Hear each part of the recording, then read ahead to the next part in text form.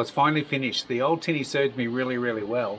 And that was a boat I bought for $5 grand, go back in 2018, I think I bought that, or 2017. I put more than $5 grand worth of sounders, electric motors and batteries and everything in it, but it did serve me really, really well. The reason why I've gone for the Seajay 453 Territory is because it's got an 80 litre underfloor fuel tank, and I can finally get some range. I can get up to those rivers up north like the Scarden, the Jackson, the McDonald, rivers down south like the Love and the Kirk, and I've finally got range to do all that. It's probably big enough to roll a swag out to stay overnight, but I can still camp on the banks if I need to, and it's a really, really good setup. It's still small enough to get me into those little creeks where I can trim the engine up, get into some real skinny water and fish the water that I really love to fish. So it's a great all-round boat. The standard Territory comes with heaps of storage underneath the floor. It's got a live bait tank. It's got great seats, really nice console. The console's set all the way back, so it gives me all that casting room. And it's got like a swim board type thing on the pod, if you like, and it's got a little step ladder as well, which is great for someone my age. Climbing in and out of these boats, I can still do it, but it's not pretty, let me tell you. So it's a really, really nice setup for me, and I love the colour and I love the boat too. It's just a good looking boat. Things I had to do to it myself, it wasn't a real lot. I put an electric motor on the front, of course. That's running a 100 amp hour lithium battery. Now the lithium battery is going to get me so much more draw than what the lead acid batteries or the AGM batteries that I used to use before, because I can only use about 60 or 70% of the old lead acid batteries, but I can draw pretty much all that 100 amp hours out of that lithium battery, so that's going to be so much better. Got a little plug off the side of that where I can plug a fridge into it as well, so the electric motor is a good setup. And I've got two sounders now. The important thing about the sounders is that I networked them. So what you can do with Humminbird is you can get a one boat network. So you got two sounders running off one transducer, and all you got to do is get these cables that I'm showing you here now.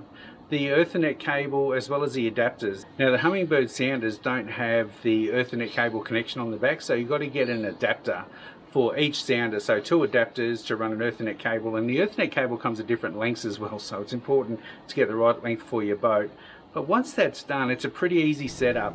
It did take me a little while to work it out because the networking of the one sounder, you have to go into the networking of the sounder itself and identify what transducer you're going to use for each sounder. So obviously the one on the bow is using the transducer on the console, so I had to just link all that together, and it worked really, really well once I worked it out. Now it does take a little while for that front sounder, the one on the bow, to pick up their transducer on this, and I'm talking 1 or 2 minutes. It just took me a while to work all that out. It's a bit frustrating at first, but turn it on early and it takes a minute or two to pick up the transducer. The other thing that I don't like about it too much is that I do have to run both sounders to get the one on the bow working. So that concerns me a little bit because I've got these hooked up to what the cranking battery of the boat. So I need that cranking battery to get me home in the afternoon. If I run these sounders hard all day, I'm a little concerned I'm going to draw too much power. So I'm going to put an extra battery in it. But for the time being, how I get around it is I turn the console sounder on and I dial the light all the way down, and that decreases the amount of power drawing out of that sounder quite considerably.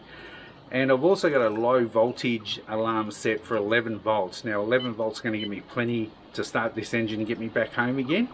So it's going to be interesting to see how long it takes for that low voltage alarm to come on. I fished out of this thing for about 5 hours a couple of days ago, and I didn't get the voltage alarm.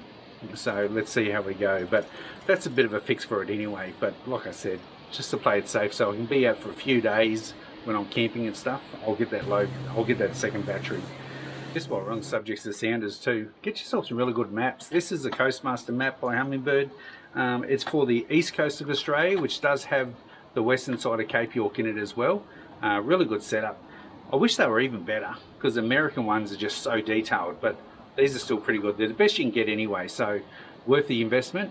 The Coastmaster Premium for the East Coast. Now the other stuff that I've done, I've got a bit of safety gear here. The rod holders are in it.